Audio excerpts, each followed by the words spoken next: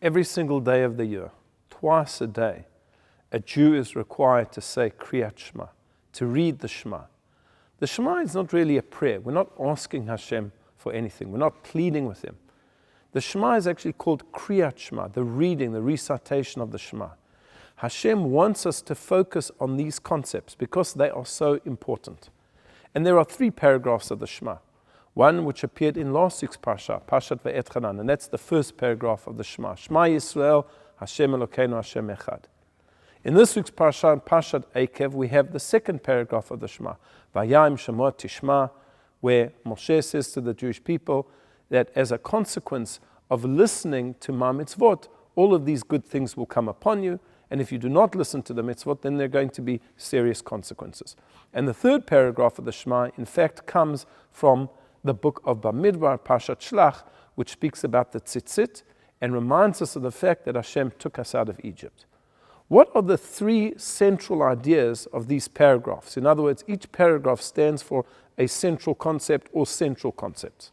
So if we look at the first paragraph, Shema Yisrael Hashem Elokeinu Hashem Echad, there we see one major concept, and that is Kabbalat Ol Malchut Shamayim.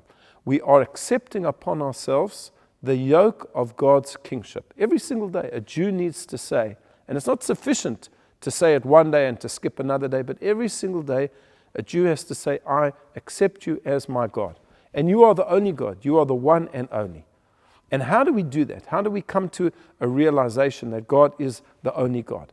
So the Shema says, V'ahavta Hashem Elokecha. The highest level for a Jew to achieve is love of Hashem. In Judaism, we have love of God, we have fear of God.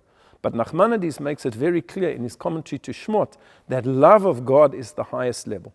When a person serves God out of love, their level of passion and their level of commitment is much greater than a person who does something out of a sense of fear. Because when there's a sense of fear, when things become too difficult, you can run away. But when things are difficult and you love somebody, you'll never give it up. So in the first paragraph of the Shema, we are reminded God is one, and you should love God. And how do you come to love God? V'hayu ad-devarim ha'eleh. Through learning the Torah, through teaching it to your children. V'shinantan levanecha. Then we get to the second paragraph of the Shema, which is in our Parsha.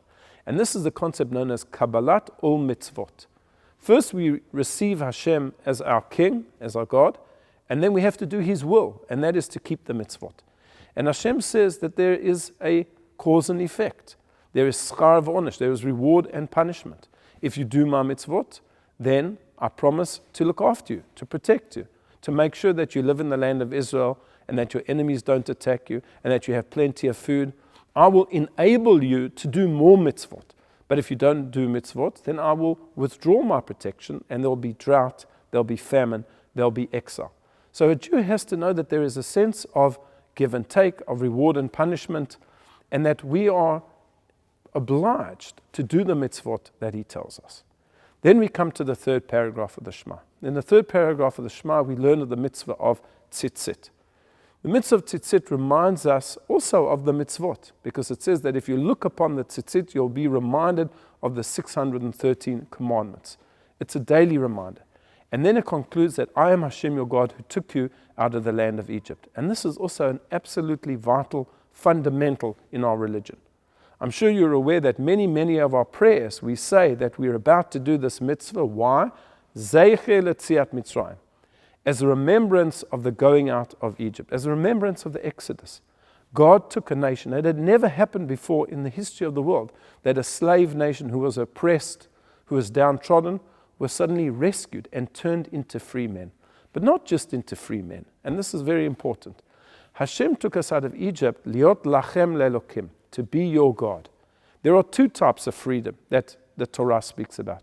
The one is called chofshi. I'm free. I don't have any obligations. This is a lower level of freedom. But then there's a second level, and that's chayrut. Chayrut means I'm free, but I'm free to achieve now something greater than before. Hashem says, I took you out of Egypt, not just to free you, not just to make sure that you're now free men, you aren't slaves anymore, but to give you a higher purpose, to be the people that would represent God in this world. And these are the 3 fundamental concepts that a Jew has to remind him or herself every single day. Number 1, that God exists, He is our King, He is our God, and we must love Him.